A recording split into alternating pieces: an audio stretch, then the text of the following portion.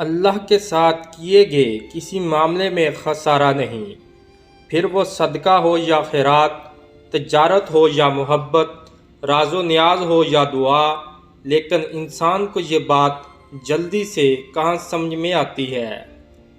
حضرت محمد صلی اللہ علیہ وآلہ وسلم امت کے لیے راتوں میں اتنی دیر تک کھڑے ہو کر عبادت کرتے کہ ان کے ٹخنے سوج جاتے، اور آج کی امت اتنا سوتی ہے کہ ان کی آنکھیں سوج جاتی ہیں۔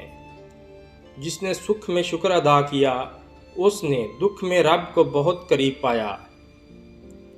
اللہ تعالیٰ فرماتا ہے کہ میرا ہو کر تو دیکھ، ہر کسی کو تیرا نہ بنا دوں تو کہنا۔ مایوسیاں محسوس ہونے لگیں تو مہربانیاں گننا شروع کر دیں۔ اللہ کی محبت کی مٹھاس محسوس ہونے لگے گی اور دل سکون سے لبریز ہو جائے گا۔ اچھا ساتھی وہ ہے جسے دیکھنا تمہیں خدا کی یاد میں مصروف کر دے، جس کی گفتگو سے تمہارے علم میں اضافہ کر دے اور جس کا عمل آخرت کی یاد دلائے۔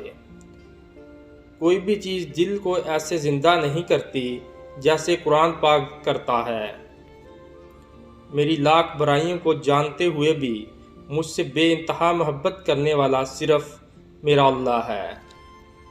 انسان مایوس اور پریشان اس وقت ہوتا ہے جب اپنے رب کو راضی کرنے کی بجائے لوگوں کو راضی کرنے میں لگ جائے۔ جس کے ہاتھ میں قرآن ہو، زبان پر اللہ کا کلام ہو، نہ وہ دل بے سکون ہو سکتا ہے، نہ وہ ہاتھ خالی ہو سکتا ہے۔ قرآن پاک کی خوبصورتی یہ ہے کہ آپ اس کے پیغام کو بدل نہیں سکتے، ہاں مگر وہ آپ کو بدل سکتا ہے۔ جب تم سکون کی کمی محسوس کرو تو اپنے رب کے سامنے توبہ کرو، کیونکہ یہ انسان کے گناہ ہی ہیں جو دل کو بے چین رکھتے ہیں۔ میں گناہ ایسے کرتا ہوں جیسے وہ دیکھ نہیں رہا، وہ معاف ایسے کرتا ہے جیسے اس نے دیکھا ہی نہیں۔ لوگ جتنا بھی دل دکھائیں، یہ یاد رکھا کریں کہ جب اللہ کے بندے ہمیں توڑتے ہیں تو ان کا توڑنا ہمیں اللہ سے جوڑتا ہے۔